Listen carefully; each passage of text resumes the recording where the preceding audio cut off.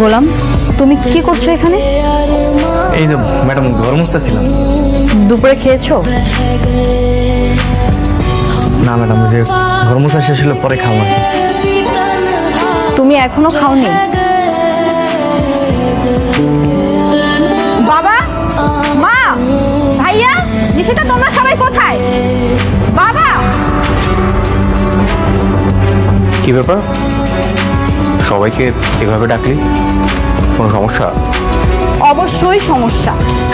দেখো, তোমাদের সবাইকে আমি একটা কথা ক্লিয়ার করে বলছি, গোলাম আজকের পর থেকে এ বাড়ির কোনো কাজ করবে না। ও মা, গোলাম যদি কোনো কাজ না করে তাহলে এ বাড়ির কাজ কে করবে? কে করবে মানে? গোলাম এ বাড়ির জামাই, ও কোনো ধরনের কোনো কাজ করবে না। বাজার করা, রান্না করা, ঘর মোছা সব কাজ অন্য কেউ করবে। তোমরা কেউ ওকে কোনো হুকুম করবে না, আমি বলে দিলাম।